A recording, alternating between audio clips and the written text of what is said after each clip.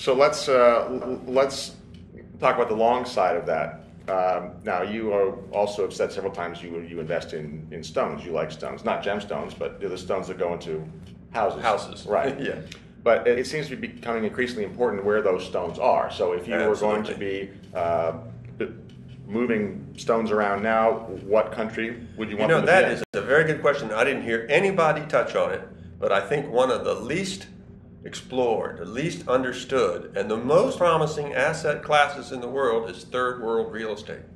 Because the stock markets are extremely vulnerable to any movement of capital, to any sell-off in the West. Right. The stock markets go right down. We've seen that in India, China, and elsewhere. But the real estate markets don't go down. The real estate markets depend upon the economies, and the economies have largely decoupled. So I think if somebody is shrewd, but it's a hard thing to do. Right. And I have one friend, Ronan McMahon, who does that.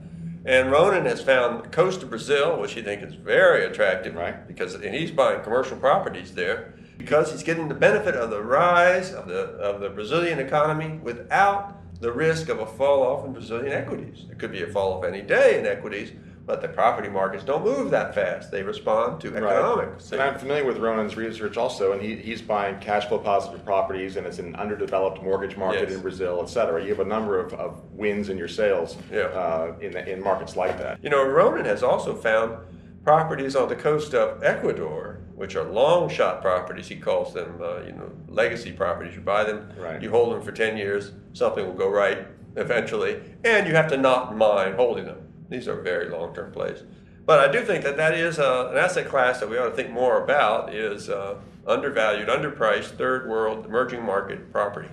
The emerging market trading alert. Yes, I see a new service coming. Okay, well, final question. On the long side of your trade of the decade, the Japanese equities, let's talk about that for a second. You are still a fan of these long slumbering securities. Fan is putting it too much. I'm not a fan of them. I just think they're very cheap.